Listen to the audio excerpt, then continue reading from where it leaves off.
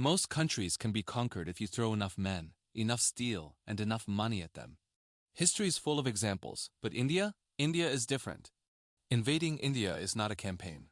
It is a death sentence written in ice, sand, jungle, and ocean. Not because of its army alone, though that army is terrifying, but because the land itself fights back. India is a fortress built by geology, not by generals. Start from the top of the world. The Himalayas. 8 of the 10 highest peaks on Earth stand guard here like frozen sentinels. The range is 2,400 kilometers long, longer than the distance from London to Moscow, and every single kilometer is hostile. There are only a handful of passes that an army could even dream of using. The most famous is the Nathula at 4,300 meters. In winter the temperature drops to -40. Oxygen is 40% less than at sea level. A soldier carrying 30 kilograms of kit burns through his energy in hours. Tanks? Forget it. The T-72s India uses up there have to be specially modified just to start their engines in that cold. Supply trucks slide off roads that are nothing more than ice-covered ledges. One avalanche, and there are thousands every year, can bury an entire brigade in minutes. Even the Mughals, the greatest empire builders India ever saw, could only enter through the Khyber Pass in the west, and even then they lost half their men to cold and sickness before they saw a single Indian soldier. Napoleon looked at mountains like the Alps and said, "Impossible."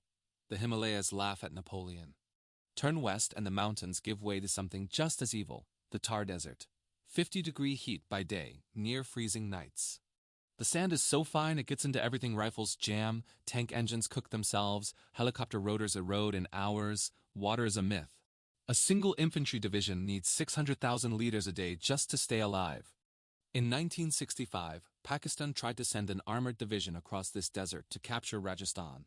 Their patent tanks broke down in the sand dunes, their crews died of heat stroke, and the Indian Air Force hunted the survivors from the air, like wolves picking off caribou.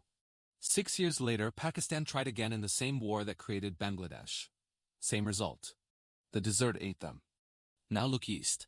The northeast Assam, Nagaland, Arunachal 7 states stitched together by some of the wettest, densest jungle on Earth. It rains 10 meters a year in places. 10 meters. Roads disappear in landslides. Rivers become oceans overnight. Leeches the size of your thumb drop from trees onto your neck. Malaria, dengue, Japanese encephalitis, nature's own biological weapons. In 1944, the Japanese 5th 10th Army, one of the best jungle fighting forces in history, tried to invade India through this route, Operation Yugo. They reached Impole and Kohima. And then the monsoon arrived. Roads turned to rivers. Supply lines collapsed.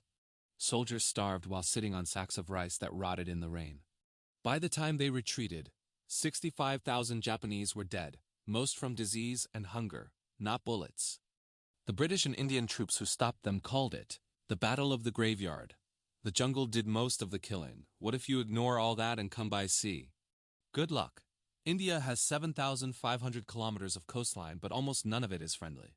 The Western Ghats rise like a wall straight out of the Arabian Sea, 1,000-meter cliffs covered in rainforest. Try landing tanks there. On the east, the Eastern Ghats are lower but backed by swamps and lagoons. The Sundarbans, world's largest mangrove forest, home to man-eating tigers and saltwater crocodiles. And even if you somehow get a beachhead, the Indian Navy is waiting. 2 aircraft carriers, nuclear submarines, anti-ship missiles that can hit you 600 kilometers out. Ask the Pakistanis what happened when they tried to attack Dwarka in 1965. Their fleet sailed in, fired a few shells, and ran away before the Indians even bothered launching aircraft. Let us say, in the most insane timeline imaginable, that you somehow get past all of this. You have crossed the Himalayas or the desert or the jungle or the sea. You are inside India. Congratulations. Now the real nightmare begins. India is the size of Western Europe with 4 times the population. From the point of entry, you still have to march hundreds or thousands of kilometers to reach anything worth taking. The Gangetic Plain looks flat on a map. It isn't. It's a maze of rivers that flood every monsoon, turning the land into a shallow sea. Roads vanish, bridges wash away. In 1962, the Chinese managed to push into Arunachal. Then the winter came, their supply lines stretched 200 kilometers over mountain tracks, and they voluntarily withdrew because they knew they could never hold it. The land itself forced them out. And waiting for you in the interior is the Indian Army. 1.4 million active soldiers, another 1.1 million reserves, and 2 million territorial army who know every village and every hill. They have fought at 6,000 meters on the Siachen Glacier, where men lose fingers to frostbite in minutes, and in the Rajasthan desert, where the temperature inside a tank reaches 70 degrees. They have experience no other army on Earth possesses, because no other army has to defend terrain this varied and this hostile. Then there is the nuclear triad. Ugnivy can hit any city in China or Europe from a mobile launcher hidden in an Indian village. The INS Arihant, nuclear-powered ballistic missile submarine, can stay underwater for months and launch K-4 missiles that can strike Beijing from the Bay of Bengal. Attack India and you will lose your own cities, even if you win every conventional battle. India's doctrine is clear: massive retaliation. You will not get a limited nuclear war. You will get the end of your civilization. But let us say you are truly deranged, and you still try to occupy the country. Now you face 1.4 billion people who have been invading and resisting invaders for 5,000 years. They have seen Alexander, the Persians, the Turks, the Mongols, the Mughals, the French, the Portuguese, the British. Every single one eventually left or was absorbed. You will need millions of occupation troops just to hold the big cities. Every village will become a battlefield. Every train will be a potential bomb. Every teenager with a mobile phone will be an intelligence network.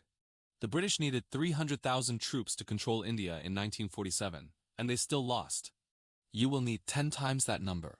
And you will lose them all slowly to ambushes, disease, exhaustion, and despair. Finally, the world will not sit quiet. India makes 40% of the world's generic medicines.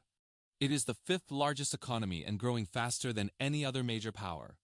Its IT sector runs half the planet's backend systems. Attack India and global supply chains collapse overnight. The United States, Russia, France, Israel, Japan all have strategic partnerships with Delhi. Sanctions would be immediate and crippling. Your currency would become worthless. Your ships would be hunted on the high seas. Your satellites would go blind.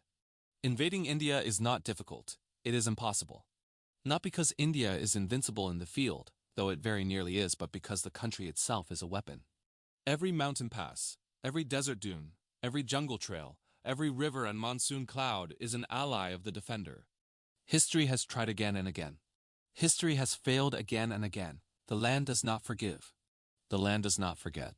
And the land does not surrender.